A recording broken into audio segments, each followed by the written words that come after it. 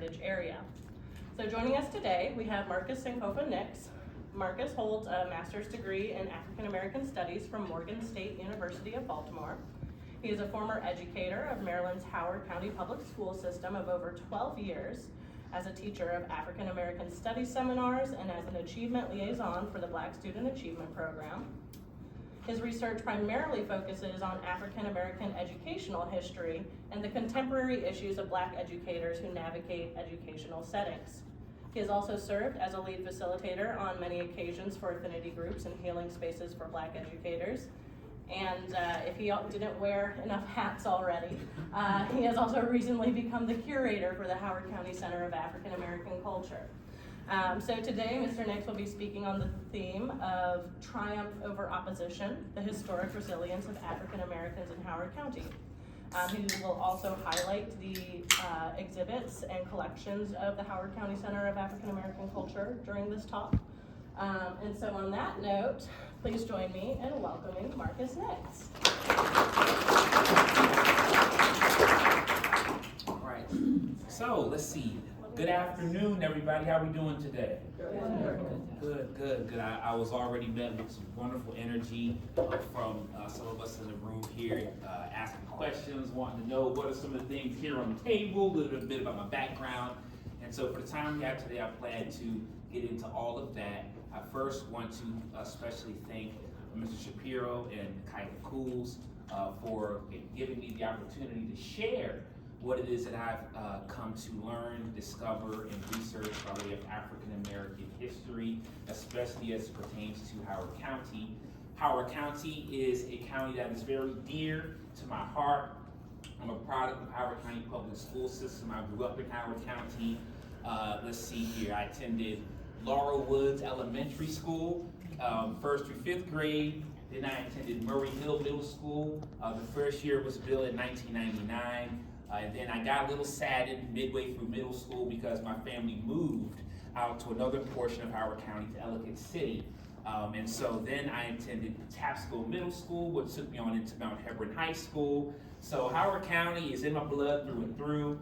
As Kaya said, I've done a lot of work in the school system, also coming back to the same school system that produced me to be a 12-year educator, teaching African American Studies seminar. And so I do wear many hats. I actually have come here straight from our museum, where Kyla and I have been doing a lot of significant work trying to reopen and rebuild and reestablish the museum, the Howard County Center of African American Culture, for the community.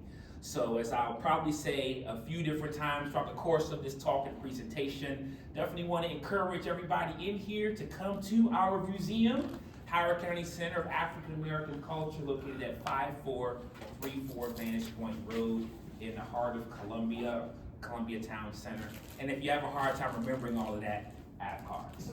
All right? So with the time that we have today, we're going to spend time talking from the theme, Triumph over Opposition, the historic resilience of African Americans in Howard County. And let me also say this, I'd be remiss if I didn't also recognize one of my scholarly students here, one of our student interns from the Silas Craft Collegians program. This is Jametto, and he is, as I'm sure many of us can tell already, he will stop at nothing to make sure that we are welcomed into the space we're in. So I just want to also give him a shout out and recognition as well too.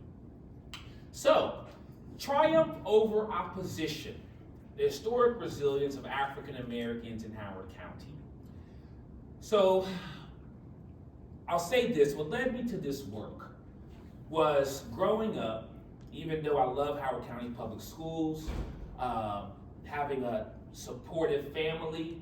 I'm the only child, so I don't have any siblings, but growing up, when it came to African American history, there wasn't much that I was taught about it. And then when I was taught about African American history, maybe for Black History Month or February, I might be told a few things. But whenever I did learn about African American history and culture, I oftentimes discovered, especially later on in my schooling years, high school on into college, that whenever I was taught about Black history, African American history related themes and topics and issues, it was normally from a state of victimization, more so from a deficit-based approach, more so what had happened to. And so today, and I'm going to reiterate this a lot, intentionally, on purpose today, as we take this journey together, one of the things that I'm going to especially stress is the triumphant story that should also be told. And so with that, I wanted to just basically help to lay the groundwork, so to speak, for the topic at hand, Triumph Over Opposition, the Historic Resilience of African Americans in Howard County. So it's Women's History Month, and so I wanted to recognize somebody who's very influential in my development. I'm a person of quotes, I'm a man of quotes, I love me a good quote. And so this here is one of my favorite quotes by the poet, the actress, the author, the writer. She says these words, quote, "There is no greater agony than bearing an untold story inside you." There is no greater agony than bearing an untold story inside you.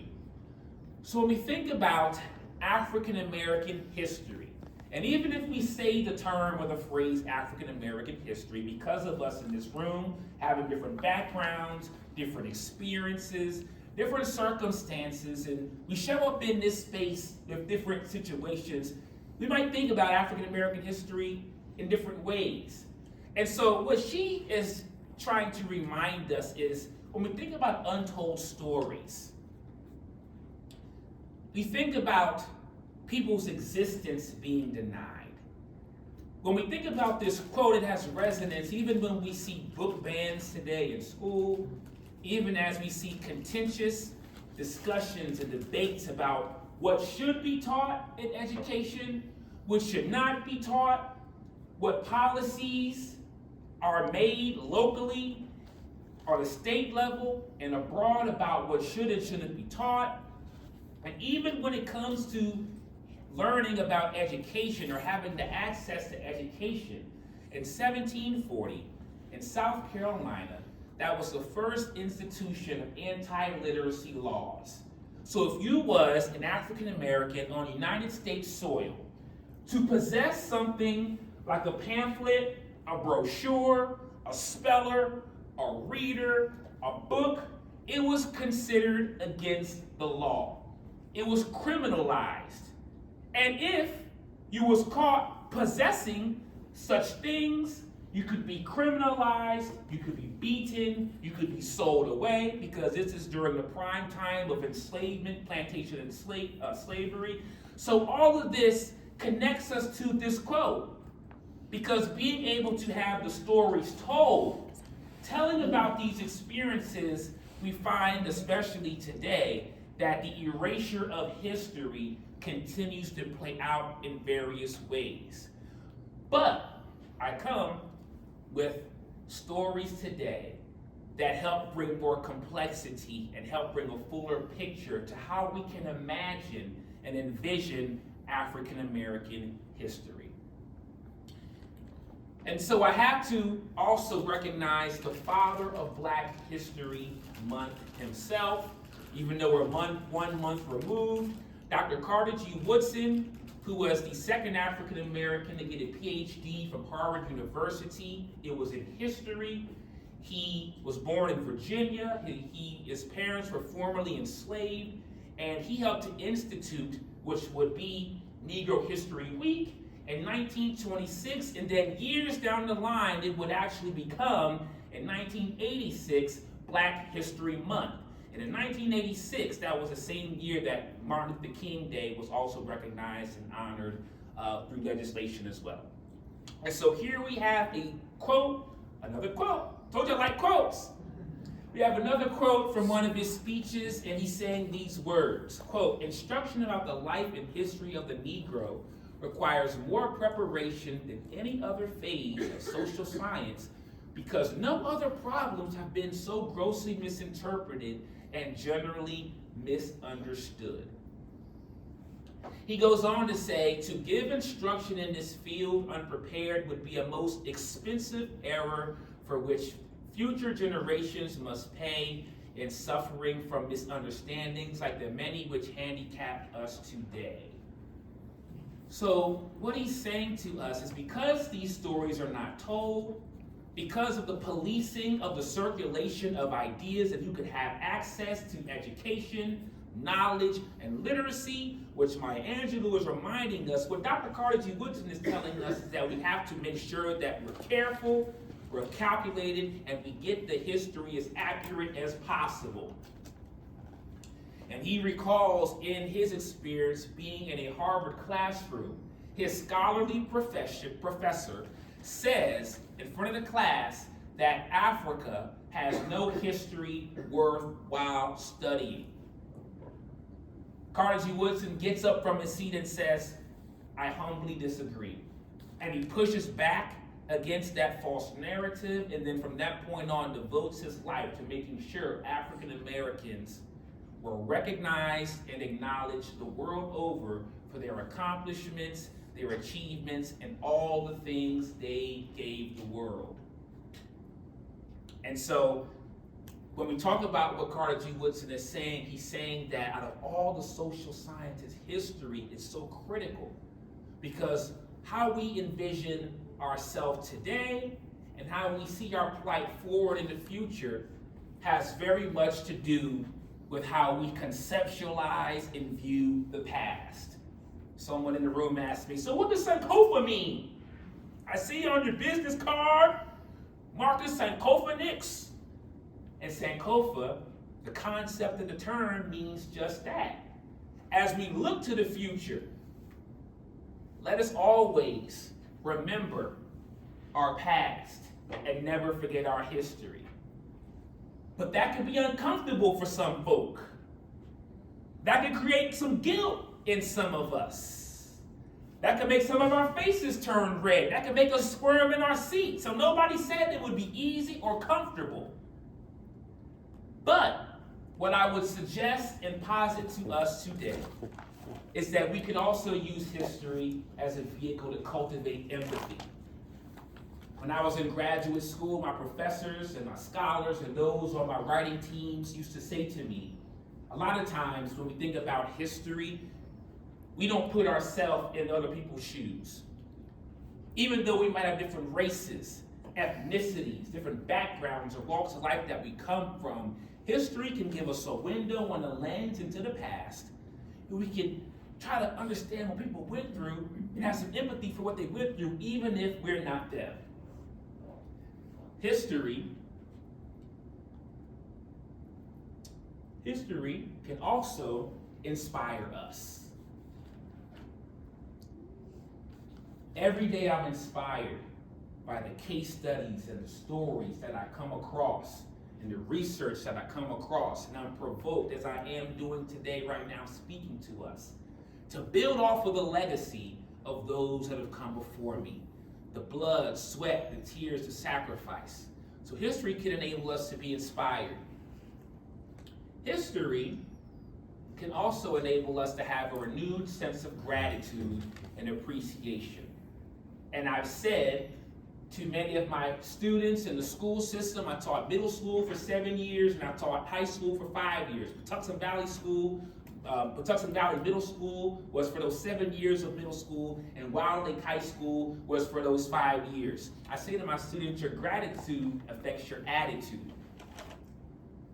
The entitlement, what you appreciate. So we can look at history and also cultivate a sense of gratitude. History could also enable us to have a deeper connection with each other. Because we'll talk about some stories in a few moments, but all of us in here have a story. What is our story? What are our narratives? And one of the things that we're doing at the Howard County Center of African American Culture is we're trying to give historic Black communities and families an opportunity to share their story.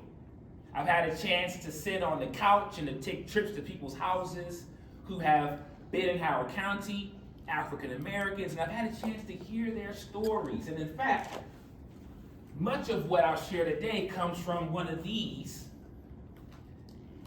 History of Blacks in Howard County, Maryland, Oral History, Schooling, and Contemporary Issues. But history can allow us to connect. And I believe that last and most certainly not least, empathy, inspiration, gratitude, and connection, it can also be a formula and a recipe for healing. Once again, nobody said it would be easy. Some even say hard history. Okay? And we even see, once again, in different places and different spaces, the pushback and the resistance. Okay?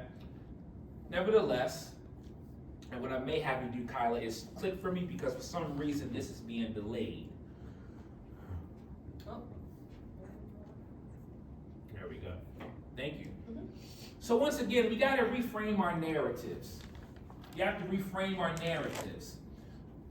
Today, I want us to go beyond just the victimization or what has been done to Black people or African Americans, and then reinstitute humanity and view them through the lens of humanity. Let's give them their agency back. The perseverance, the resistance, the triumph. That is also a part of the story too. When I was teaching African American Studies in Wild Lake High School, the seminar, some students were hesitant to sign up for my class. And when I would ask them why, they would say, oh, so are we just gonna start with slavery? Is that gonna be our point of reference? Like, is that gonna be it? And what I would say to my students, I would say, yes, enslavement is a part of the African American experience.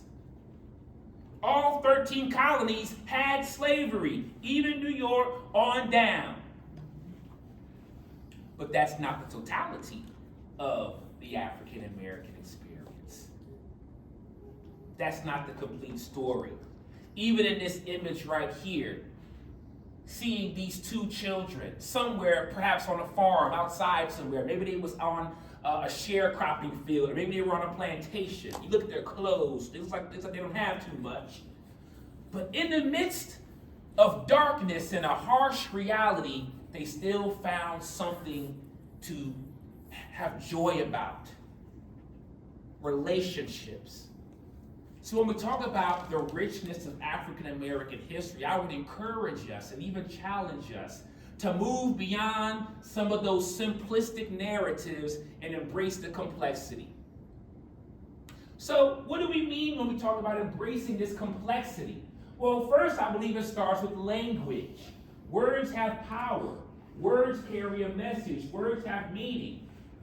So when we think about Harriet Tubman, the native Marylander, I remember words that used to come up in my history books, and the things that was told to me were associating her with the concept of a slave. Yes, she was enslaved. But is that where we want to start and stop? Scared, poor, mistreated. But then, when we talk about reframing the narrative and shifting our perspective, we can also associate with her with being a leader. We can also associate her with being courageous.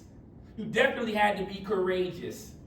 Take 13 trips, being undefeated, on foot, on land. She was 5 foot tall, in the thickets, in the forest, in the woods, in the trees, not knowing what the weather was going to be, not knowing if there was going to be slave catchers on the prowl. You had babies, those who were elders. Should I leave at night? Should I leave in the morning? Oh, by the way, she had a traumatic brain injury as well that she used to help guide her by way of the North Star. Not knowing who she could always trust. Animals, you name it. I think we could associate Harriet Tubman with courage. Abolitionist. She didn't just accept defeat.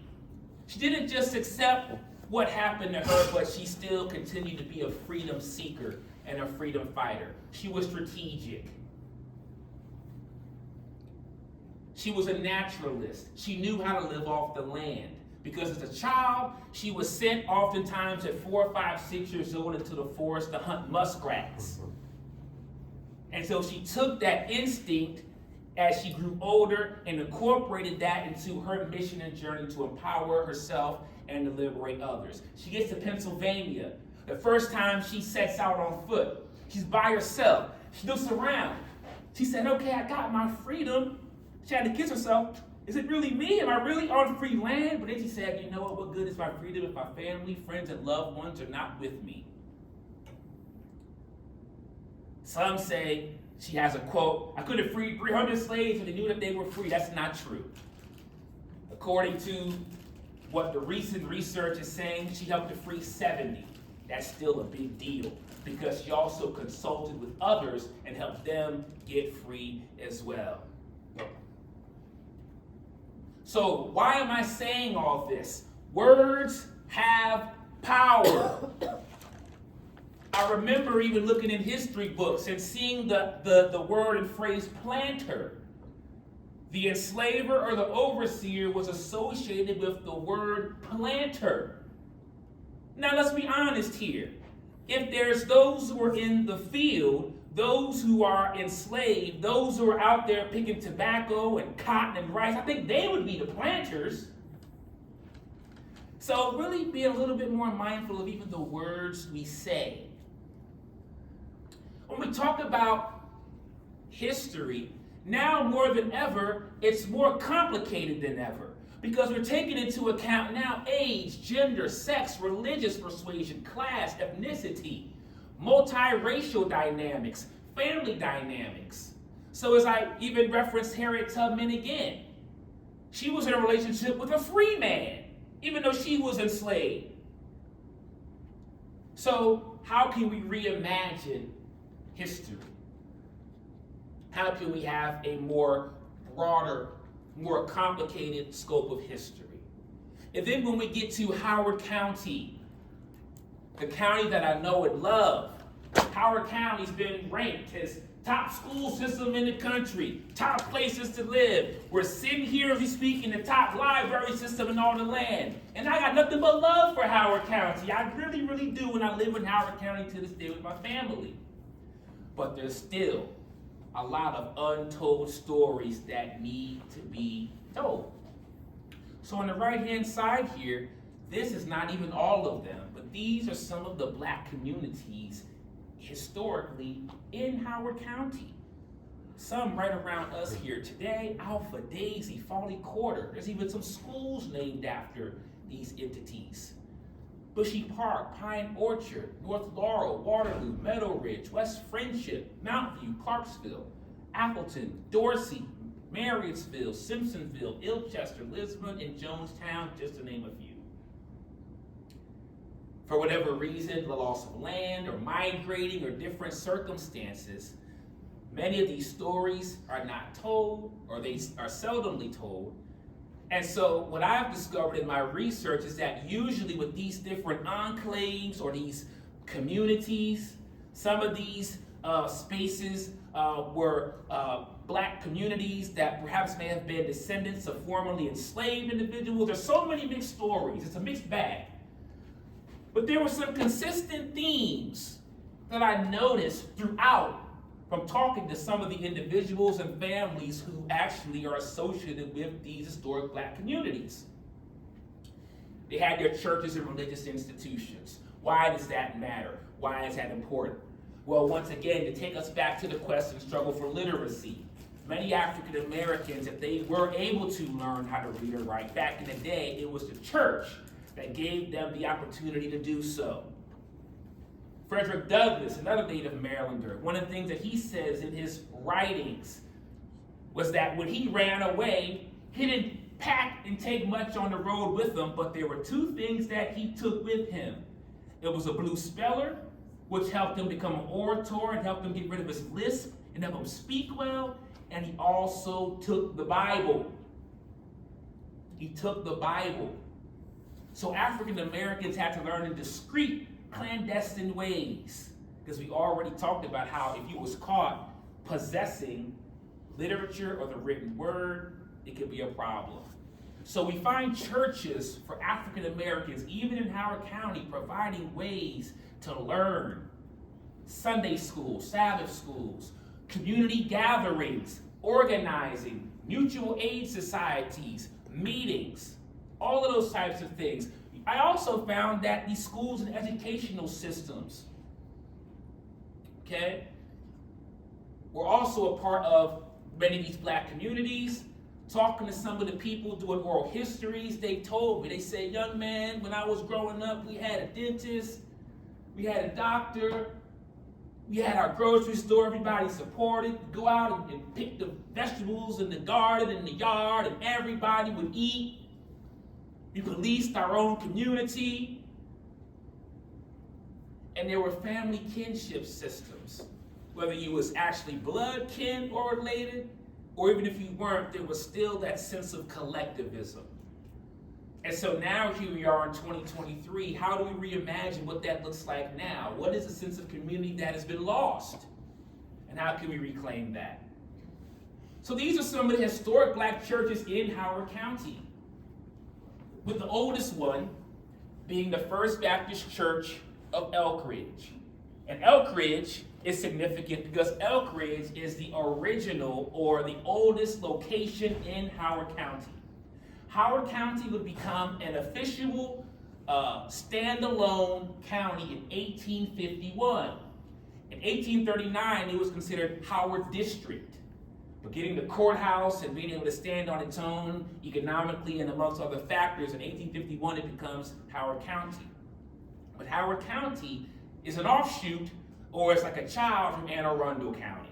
So one of the things that I even had to do as a historian was even go to Anne Arundel County to, depending on the period that I was researching and looking, I had to even go across county lines to even get some data and information when I was doing this research.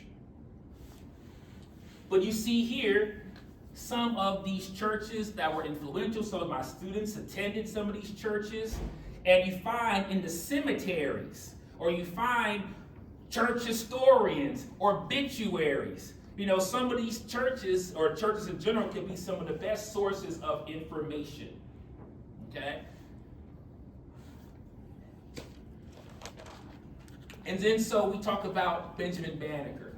No, he was not a Howard County-ian, but Benjamin Banneker was very instrumental in making sure Howard County became what it would become.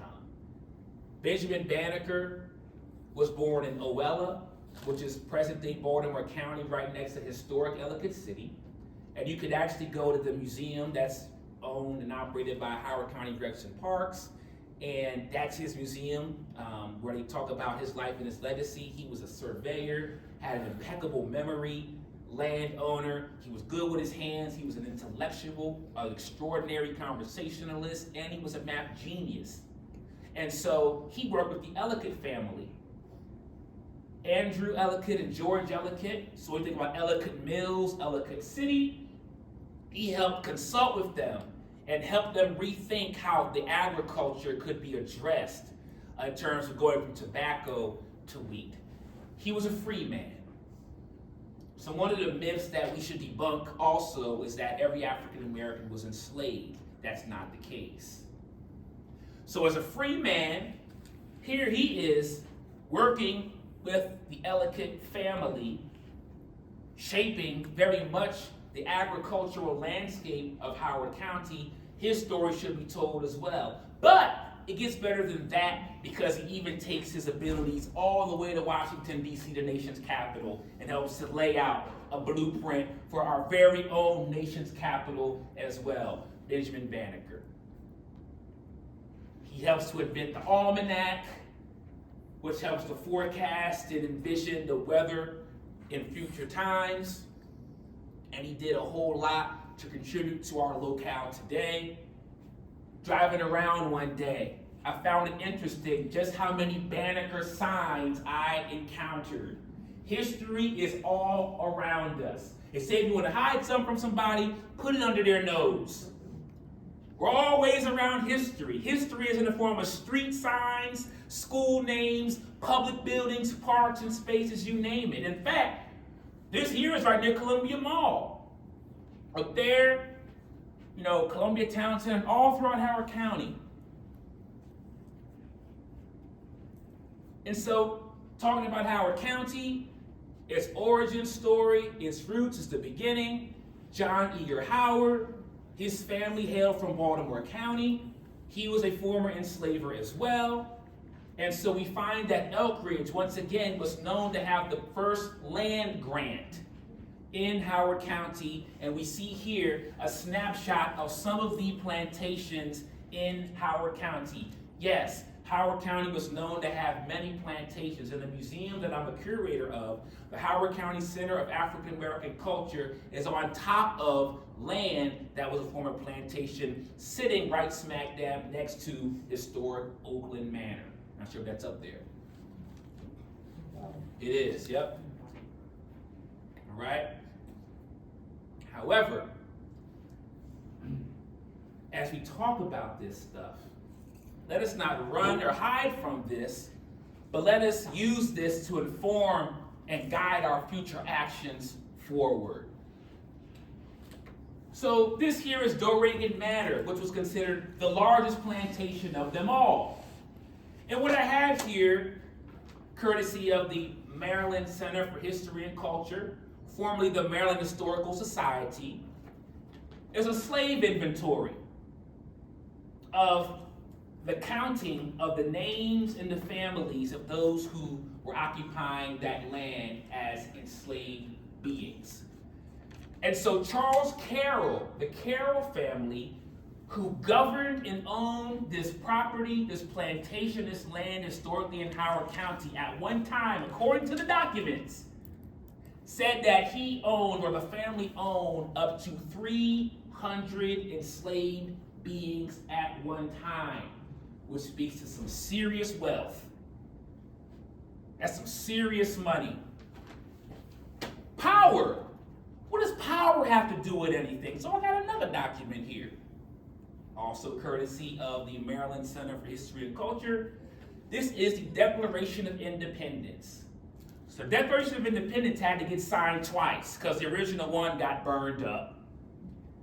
And one of the individuals who signed it, I think he might have been the oldest to do it, was Charles Carroll, the owner of that space. His signature is here on the bottom of the document. So we're talking about power, systems in place, enslaved labor, and down the line in 2023, yes, even in 2023, how society and laws and institutions and all of that infrastructure is built on what happened in the not so distant past.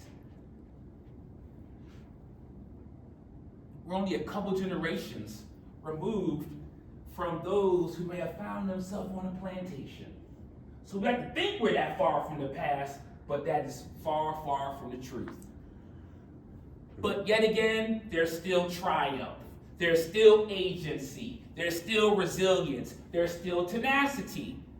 So one of the books that I have here, you also see it on the screen. Kyla's been seeing this a lot, being in our institution here, supporting and helping us. Seeking Freedom, A History of the Underground Railroad in Howard County. So we spoke about Frederick Douglass and who he was, but a lesser known human being from Howard County is Oliver Cromwell Gilbert, who was enslaved in western Howard County, I believe on a Clarksville plantation. He plans, plots, and strategizes to make his escape for it. He's successful. He becomes an orator, an abolitionist, a speaker, just like Frederick Douglass. He becomes an educator. He's a musician and finds his way all the way to Canada. I had a conversation a few weeks ago with a few descendants from his family, also telling his story, who currently reside in Philadelphia.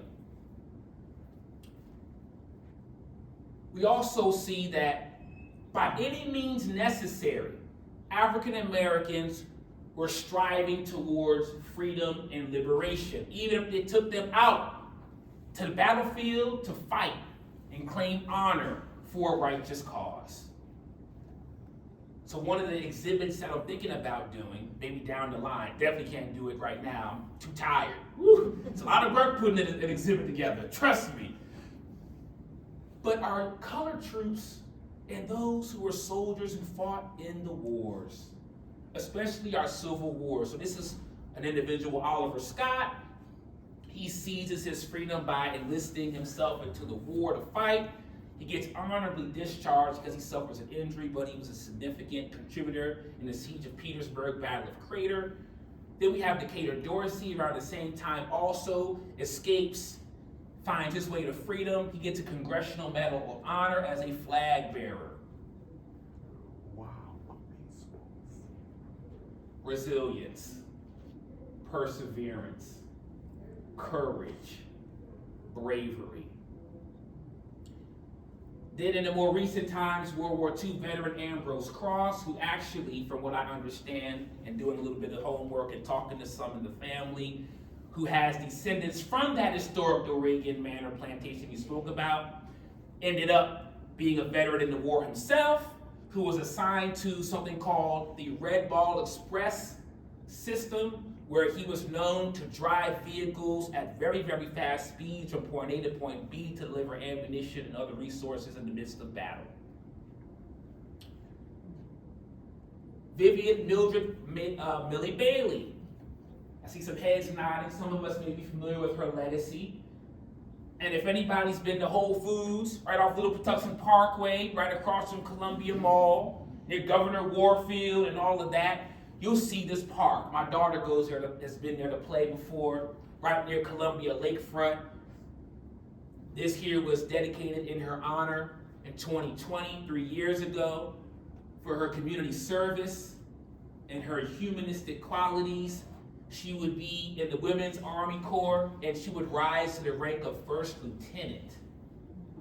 Because during that time, if you was a woman, especially a black woman, to be in a leadership position was virtually unthought of. And then we have stories like this. And I'm from the field of education, so hearing stories like this just moved me in unshakable ways. We have Roger Sylvester Carter, or Roger S. Carter, who hailed from one of those historic black communities, the Guilford community, and he would get up at around 4 or 5 in the morning, pitch black, can't see, no shoes on, and would hitchhike it to school. Not a Howard County school, but he would go all the way to PG County, because back in the day, when he was a high school student, there was no educational opportunities for high school for him. He didn't quit though. He didn't give up. He didn't claim defeat. He didn't claim helplessness or hopelessness. He got that diploma. And he finished with his high school diploma in another county. Some African Americans, depending on where you lived geographically in Howard County, you may have to go to Montgomery County to get your education, or Baltimore City, or Baltimore County, or you might have had to stay with your family. Families were very large then, and you may have had to try to make ends meet. Roger Sylvester Carter says, quote, "We were so poor, I had to graduate high school with a pair of shoes borrowed from a neighbor in Guilford." They didn't even have shoes. But he stayed steadfast on his goal. He ends up becoming an adult, and he happens to have a business called Carter's Bus Service, and he transports black children to school so they wouldn't have to go through what he went through today, or what he went through back in his day. And he just wouldn't end up transporting black children to school when there wasn't many bus opportunities. He took white children and children of all persuasions all throughout the county where they had to go. He was always known for showing his teeth and smiling, being a kind gentleman, very approachable, very humble. And for much of his tenure, his wife was right there side by side with him, supporting him every step of the way. This here is the original Roger Carter Center, and this is the present day Roger Carter Center in Ellicott City that is up to this very day. My daughter has attended some children's programs in this space, some classes, and one day I went into the facility. It was my first time there, and looked around. I ain't seen no picture of him though. So I went to the front desk and said, hey, here for the class. Man's facility, but where's the picture of Roger S. Carter? The building's named after him. Many weren't aware of who he was. Come to find out also, some who had come in there thought he was a white man.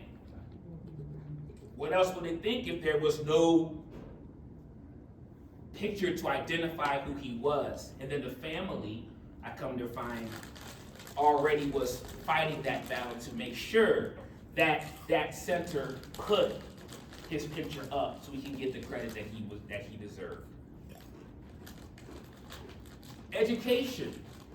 Somebody in the room asked me what this is, or not asked me, but told me, about what they've come across in terms of some old attendance books. Well, this here is a school attendance book from 1912. It's an original source, and it's from the Highland Colored School. The Highland Colored School. So on this document here, that was actually given to me, I was almost nervous to take it. I'm like, sir, are you sure you want to give this to me? So when you talk to people and do these oral histories, I would say it's important to develop relationships and trust. For people to turn their stories and share. Anyway, this document here has the students who attended that one-room schoolhouse in Highland, that overcrowded schoolhouse, that underfunded, under-resourced schoolhouse, that schoolhouse that had an outhouse because there were no bathrooms or indoor plumbing, and it has the miles they had to walk to get there. 2 miles. 2 miles, 1 mile, 3 miles, 3.5 miles, a half a mile, 3 miles, and then also on this document it has their ages. 10 years old, 9 years old, 8, 11, 13, 6, 9, 11. So you got elementary age children in a room with junior high and early high school children. Why? Because there were no high schools to matriculate to. Some of the boys or the students got kind of uncomfortable or humiliated being in that tight classroom with all those children, a couple of teachers, and they were bigger than everybody. We're talking about the struggle to get an education. There was no busing. And I wondered if these students also lacked some of the shoes that Roger Carter also lacked. We're talking about resilience. We're talking about men in the community cutting down trees and cutting wood and lumber and feeding the potbelly stove so when those children finally walked to school, rain, sleet, or whatever, they could dry off before they got to their lessons. We're talking about mothers and women and the families making sure that those children, in spite of, had a hot home-cooked meal because the school system didn't provide that. We're also talking about those teachers not getting adequate pay, and the list goes on and on and on. And some of those I've talked to of an age have even talked about how cursive was even something that was taught at one point in time, but now it's not really focused so much. We talked about churches and education and how that came together to support black communities. And so some of these black churches, there was a makeshift portable or something that was put right behind the church.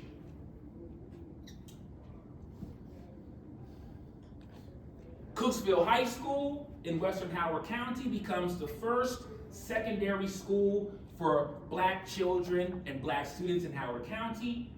In 1935 is when it's established. They went to Aberdeen, got an old Army barrack, and provided and created the structure. It only went to the 11th grade, and it was built behind Mount Gregory Methodist Church. Here's a photograph of the land that it sat on. The photograph there is from out of a yearbook. When it came to the yearbooks from these colored schools, no place would hardly publish a yearbook from a black colored school.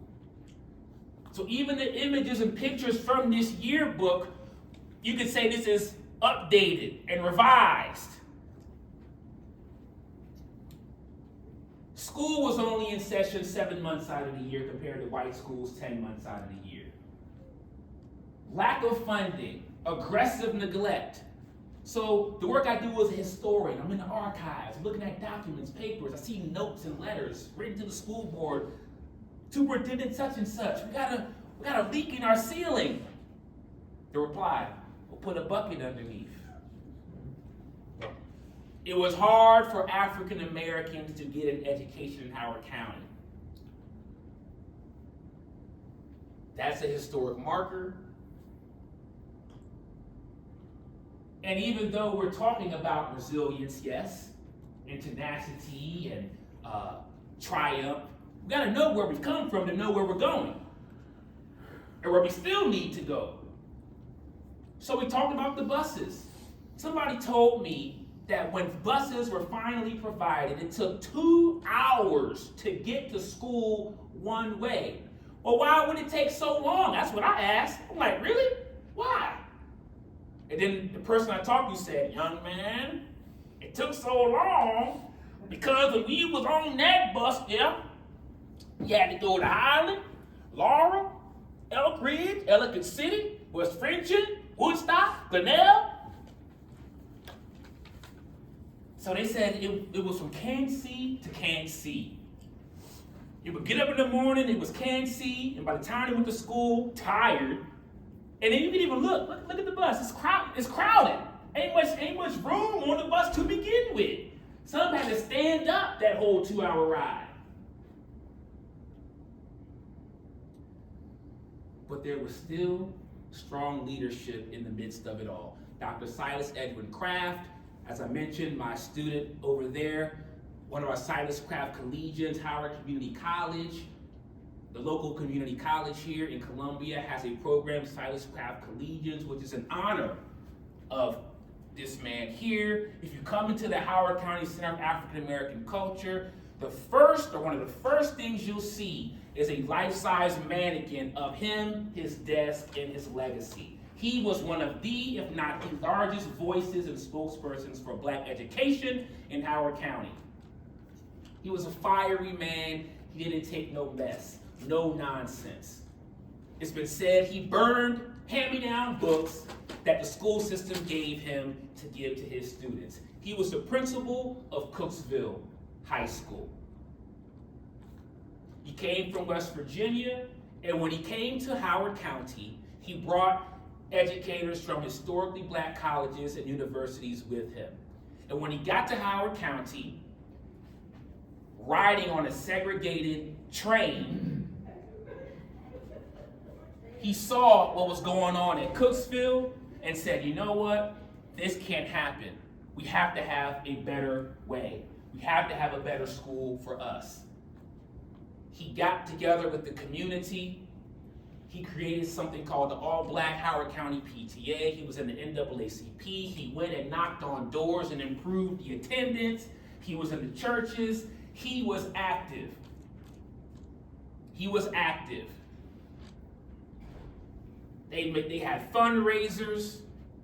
They had all types of functions. In fact, it's been said that he, Silas Craft, and Roger Carter played on the same baseball team in Howard County. There was like a local baseball league of African Americans. They played on the same team. So Harriet Tubman's junior senior high school becomes school number 2. Cooksville was number 1. It went to the 11th grade, and then later on in 1949, Harriet Tubman Junior Senior High School becomes the second high school that African Americans could go to learn. Still, African Americans are from all over the county coming to that school because by this time there was a few buses, but still many needed.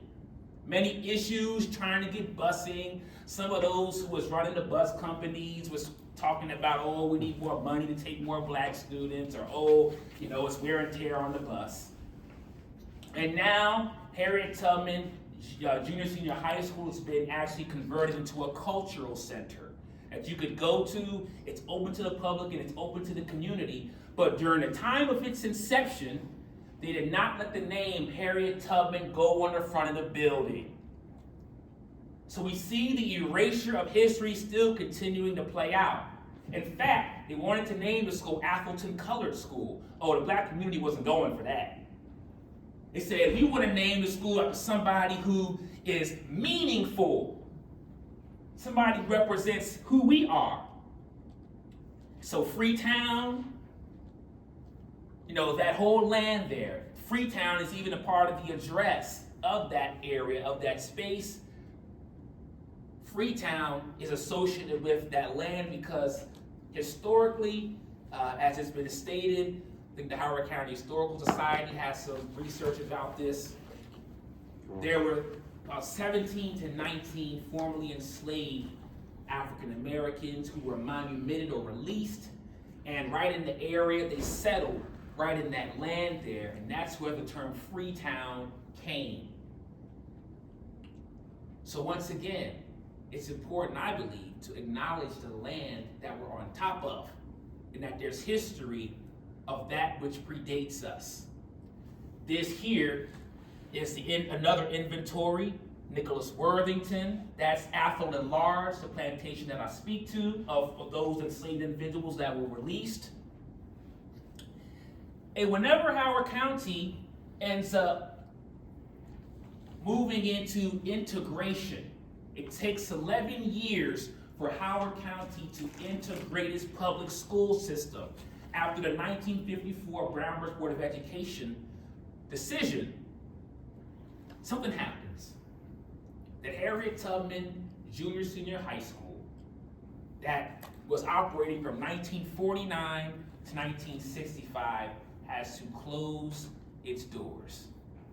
Even though the students had to learn how to use plumbing and how to use the restrooms and the facilities, even though there were still many things that they needed, those students still loved to learn. Those black students still enjoyed coming to school. Those black students still had good relationships with their teachers, with the administrators. It was very family oriented, very community oriented. But what happened was, and I'm going back to go forward, Tubman shut down and they built Atholton right next door. So when schools desegregated, there was a construction project already happening for Harriet Tubman, the school. But white families, white teachers would not dare entertain the idea of integrating into that colored school. So Tubman gets closed down. Years later, it becomes a storage facility, amongst other things, and Atholton High School is put up right next door. You can actually drive by it right now today and see it for yourself. And then that gets us to more contemporary times where we see that there is never a hard break from history. History is always showing up and affecting us in the present. Lack of representation in the schools. Well, when integration occurred, many black teachers lost their jobs, were demoted, went to other places to teach. The reduction of black history as a focus. And as we talk about Maya Angelou bearing that untold story, many of those stories stopped being told in the way they were when these changes occurred. Tracking systems, being, certain groups being able to have rigorous classes and others sitting in a special ed classroom. And I can go on and on and on. The achievement gap, the opportunity gaps. But you can't kill the legacy. Because one of the individuals that was heavily inspired from Dr. Kraft, who was mentored by him, who actually was a part of a community, the Jessup community, called One Spot. And it was called One Spot because back in the day, if you were coming on Route 1 from Baltimore to DC, and I think it might have been in the Green Book, One spot was one of the only places you could stop to get food, rest your head, and all of those types of things. Herman Charity. He would be the first black police officer in Howard County. He was an alumni of Harriet Tubman Junior Senior High School. And then we have Lisa Myers, who becomes the first African-American woman police chief in Howard County. So despite all of those things, the lacking of resources and materials and all of that from the board and in other ways, they were still rich in community.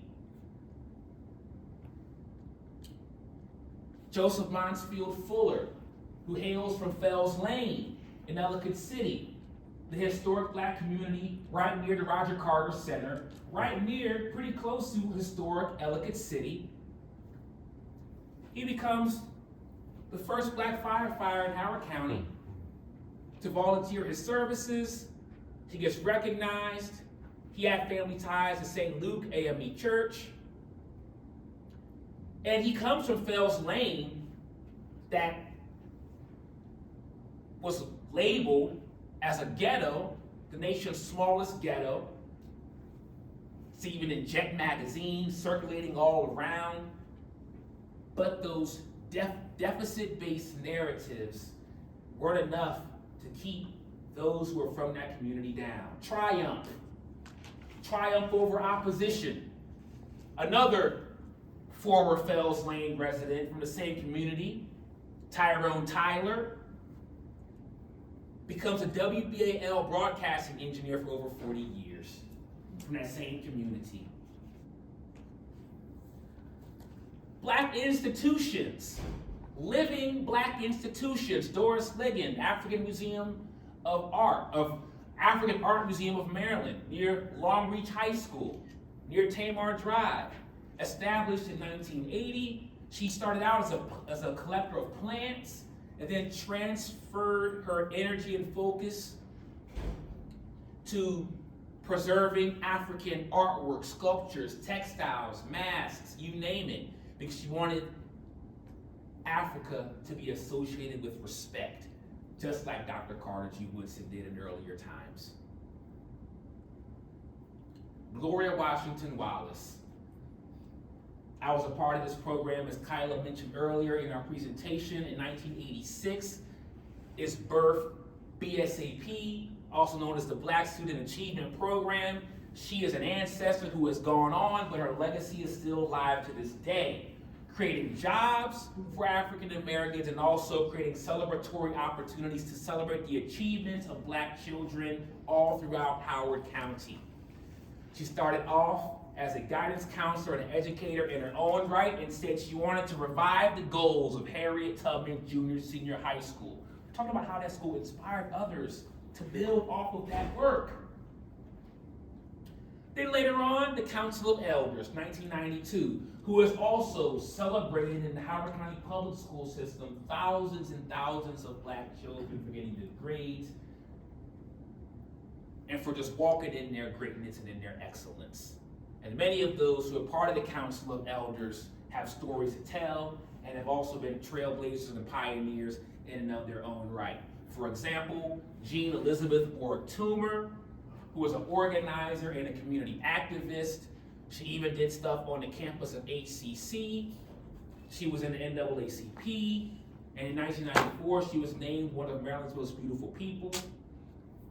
Then we have Ms. Piney Ross, who operated out of her home a charm school for little girls. She was known as a fashionista. Look at her hat. She was known to have hat shows in the churches. She said, quote, "I want my girls to know how beautiful they are. I want them to have all the confidence and self-esteem in the world." She was also known to be the founder of one of the recent churches here, St. John Baptist Church, 1970. Dr. Sidney Cousin, first African-American superintendent of Howard County Public Schools. Dr. Michael Martirano, the current superintendent, says, quote, "His calm and steady demeanor, deep compassion, and quiet yet assured nature represented an anchor of stability to countless staff, students, and parents." How about that for triumph? We go from not even having an educational institution in the first place, hitchhiking on foot, no shoes to PG County, to being able to be the superintendent being over the entire school system. Yes, we have a long way to go still. But we can also stop and appreciate the victories and the successes and those who have paved the way. More living history pioneers, and I'm sure a number of us may be familiar with some of these smiles and faces. Dr. Calvin Ball also is a Morgan State alumni. Whoop, whoop. Said this myself. Second year term as the county executive. Dr. C. Vernon Gray, first African American elected to the Howard County Council. Marcus Harris, first African American sheriff, and Rich Gibson, first African American state's attorney. And if you come to our museum, we have actually a living history wall dedicated to them in their honor. History is also happening every day, not just a thing of the past. And we also got to give some shout outs to our illustrious women as well, too. Dr. Oh yes, that's right. Yes, Dr. Daria Willis, the 5th president of HCC, Howard Community College, first African American woman to serve as a president of that illustrious institution. The place that we're sitting right now, one of the top libraries in all of the nation. The person at the helm in a leadership capacity running the show, Tanya Aiken. There was a recent study, and I'm almost finished. There was a recent research study by the American Historical Association that talked about where we find ourselves in terms of how the public engages and grapples with history. Now we're in the information age. Everybody's a scholar. Everybody's a researcher. Everybody's a Googler. But I'm still encouraged to see on this national poll, people want to get some credible information. They want to come to the museums. Hopefully they come into our museum. But as a curator, as a historian, I don't take my job lightly at all. History is not so simple and easy as we like to make it. It's very complicated, it's very nuanced. There's many perspectives to consider. History is always living and breathing. Underneath museums are historic sites, okay? And documentary films and videos as a close third. So the work that Patapsco Heritage Greenway is doing is vital. The work that we're doing, the Howard County Center of African American Culture, is vital. To use history as a vehicle to empower and to support communities. For those who actually come to our space, and Kyla mentioned, I would speak briefly about what you find when you come into our space. We have 3 exhibits. In our large display room, number 1, we have the exhibit from the theme, Geography of Resistance, Underground Railroad and Network to Freedom, which chronicles the journey of the Underground Railroad from Maryland, Pennsylvania, and New Jersey, and we also connect the Howard County aspect of that story. Display room number 2, a little bit of a smaller room, is the theme, Citizenship, Civil Rights, and the Struggle for Human Rights. And in that room, we pretty much capture post-emancipation, the efforts African Americans waged to free themselves. 1864 is when Maryland abolishes slavery. And what were the uphill battles moving forward into Jim Crow, Reconstruction, on into contemporary times, taking us all the way to our living history figures. And then our third and final room, if you come to our museum space, is the room entitled African Diaspora Experience. Africa has been deemed as the cradle of human civilization and the birthplace of all humanity. And so there is a rich history of Africa, not just a savage, barbaric one, but a one that, if you look, depending on the sources, Africa has given the world so many things that it still borrows and uses today. Historic Black communities, family life and domestic life, military achievements, education, politics, sports, civil service, art, business, you name it. This is all here in our modest, small museum. And as I say to people who come in, we might be small in size, but we're mighty and rich in history. All right? That's my little plug there. But nevertheless, the artifacts, our objects, our collectibles, and all those different types of things are there for you. Definitely you can support us by donating, volunteering. I don't think this was in the presentation, but let me definitely mention this. Wileen Sims Birch, who's the founder of this institution that is still a living institution. She's the founder of this institution, the Howard County Center of African American Culture. It came about in 1987, all right? As I conclude, just a few more things, and I appreciate everybody for your patience and your listening ear. Dr. Joyce King reminds us, African American experiences serve as a pedagogical tool and an educational model, indispensable not only to heal the Black community, but also for the health and wellness of everyone in society. Society traumatized emotionally and spiritually from racial domination. And then we also have words from an illustrious professor, Dr. Pero Dagbobi, who says these words, quote, "The African American historical experience is characterized by a unique sense of human resilience, with its capacity to rebound from major setbacks or tragedy, going beyond healing to recovery." And last, I'll conclude as I began today. Let us use history as a vehicle to cultivate empathy. Even though we have different backgrounds, different ethnicities, racial qualities, we have a renewed sense of empathy for what those have went through in terms of those who've gone before us. Let us be inspired and build off the work that has been done before we got here. Let us have a renewed sense of gratitude. Whenever it wants to pop up there we go. And an appreciation for what we have. When I took my students for a field trip to Harriet Tubman Junior Senior High School, all that complaining, it stopped. Wow. We went in the gym, they were like, where's the bleachers? Where's the scoreboard? Y'all didn't have no food. You know, students can kind of complain a lot. Let us use history to have a renewed sense of gratitude. Uh-oh. Let us use history to enable us to connect. So once again, I share with us today these stories. But everybody in this room has their own story.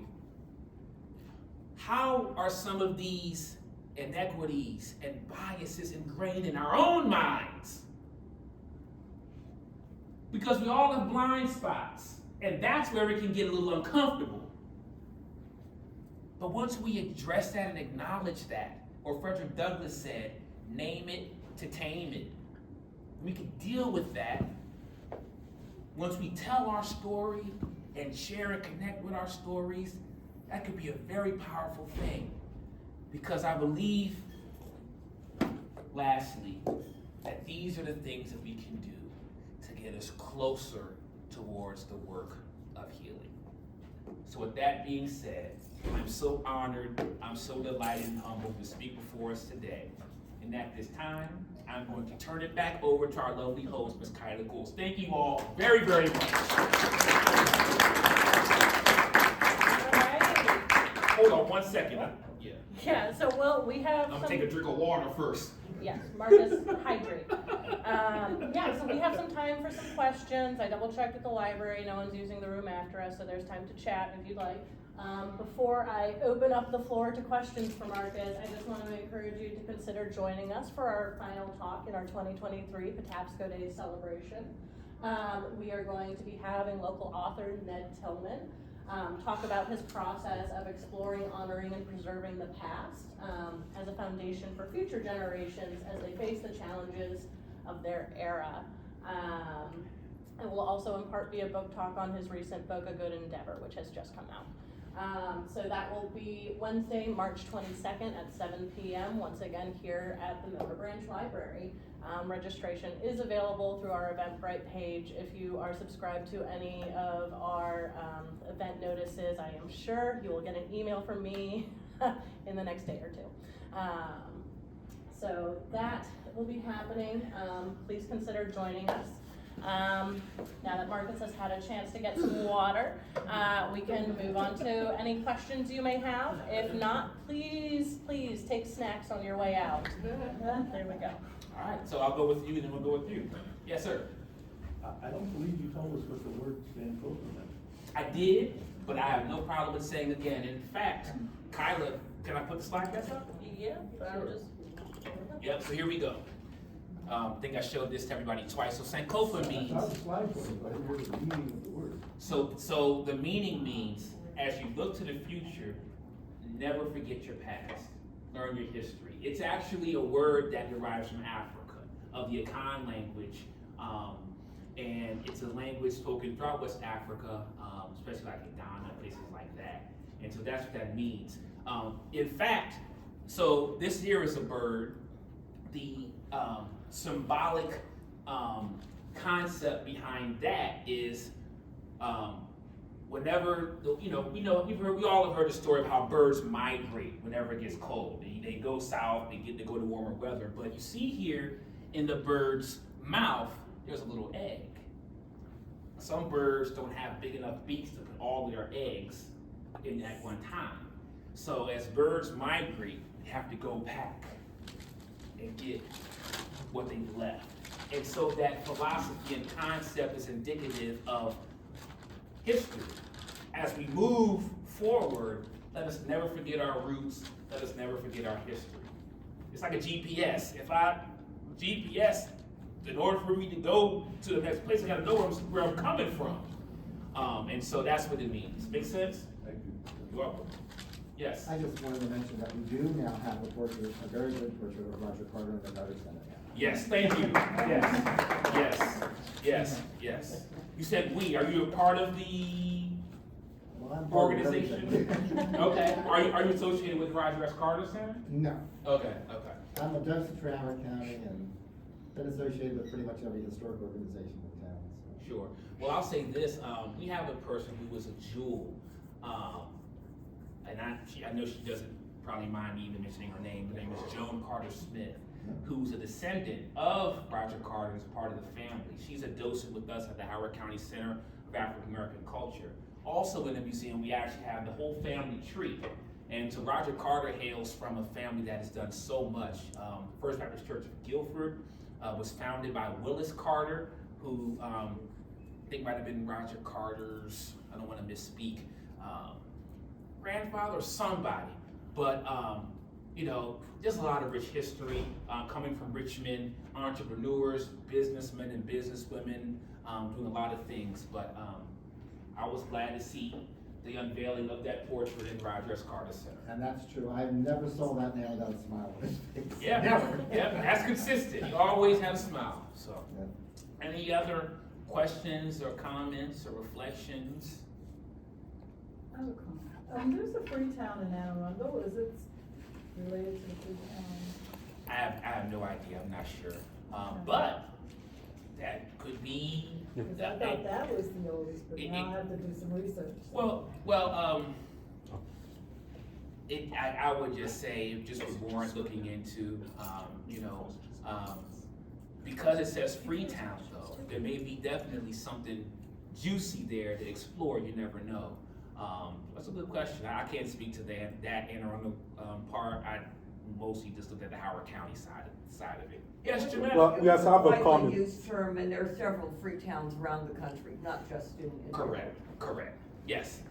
Yes, I have a comment about your middle name, Sankofa. It really defines you as the creator of African American history.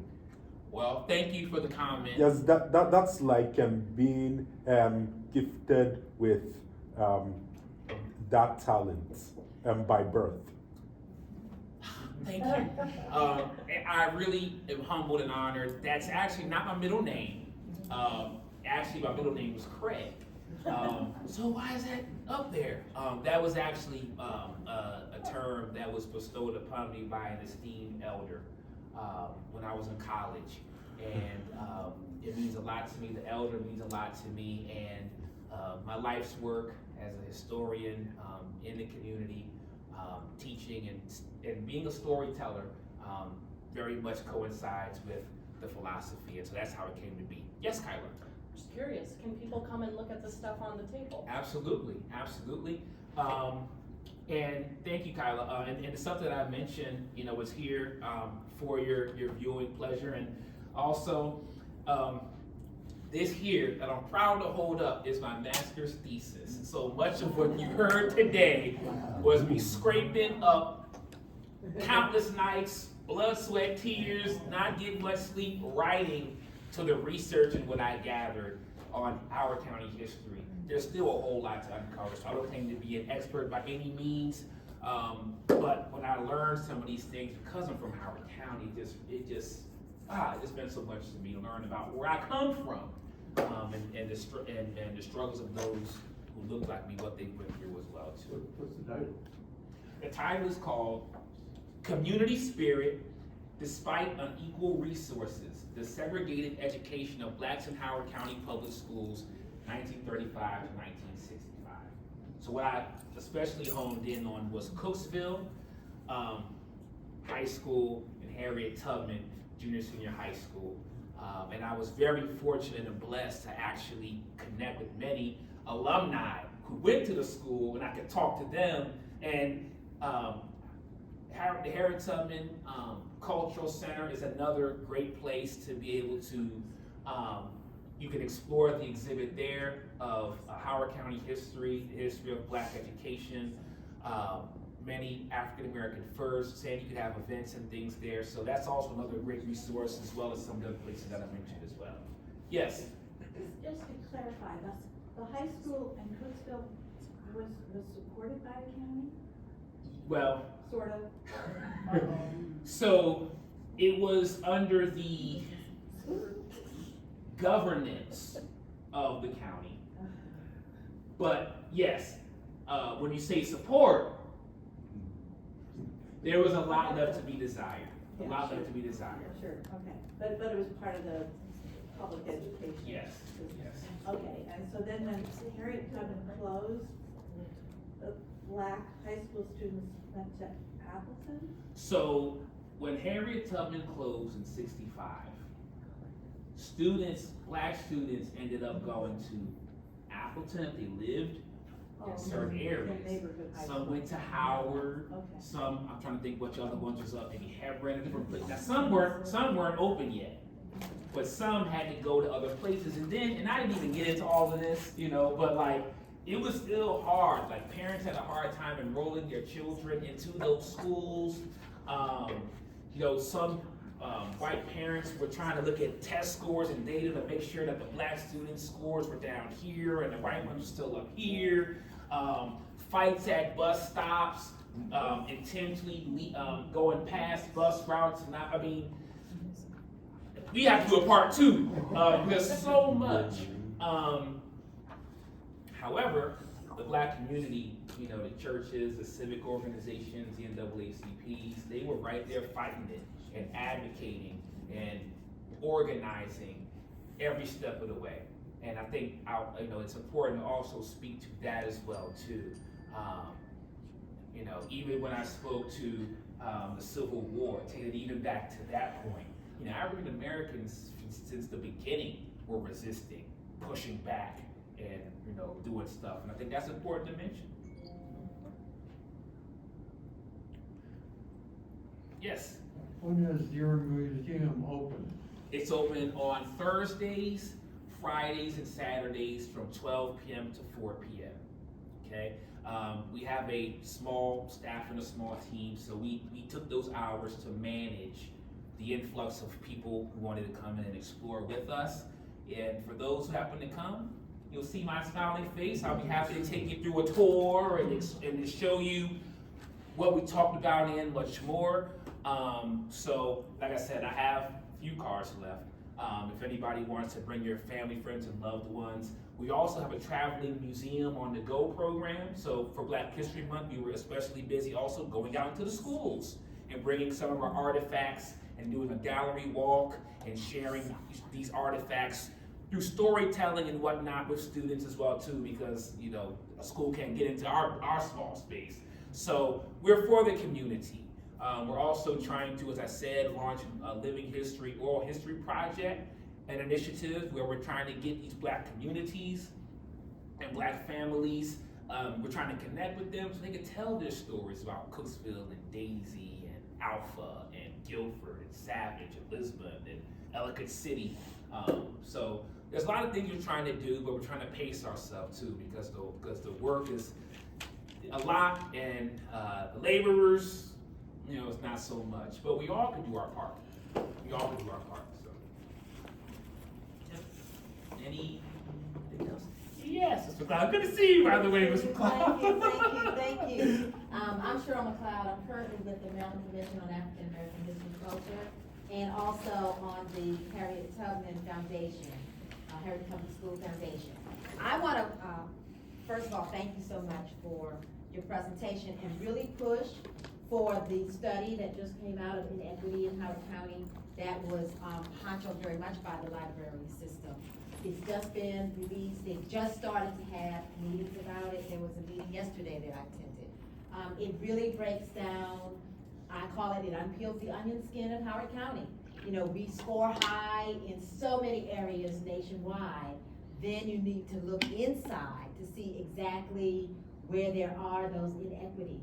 And in knowing the history, particularly in regards to education, which is where my main focus is, about the education system and the perseverance and you know the manner in which students still succeeded and went forward with all of the legal things that were in their way. I think really is important to connect when you're looking at the new study that's just come out.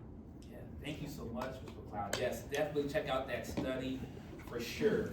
It's eye-opening, but for some it's probably not so eye-opening, but thank you for that. Appreciate you being here as well too. Yep. Anyone else?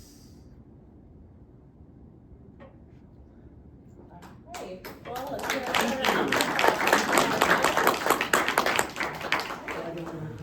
Thank you again for joining us today. Please feel free to look at the items on Marcus's display table. Feel free to reach out to him or myself. And please, again, take snacks on your way out. We did a PC 250 last year. We had a fellow man